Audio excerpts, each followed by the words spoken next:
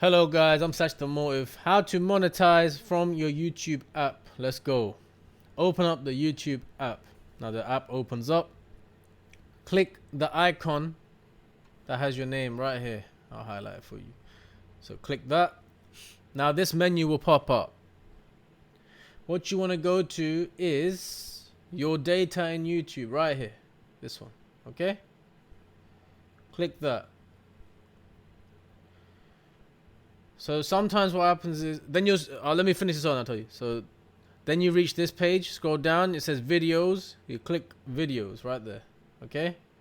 Then it says get the app, you don't want to do it. You do continue to studio, this one, at the bottom here, okay? Continue to studio. Now your studio basically opens up. So we have a video that I've just put out, the tongue worm. So from your phone, zoom in. You can click on for monetization, press next. Should be, yep, and then submit. Right, privacy. Basically, it is all on your phone. You don't have to go to desktop to do this.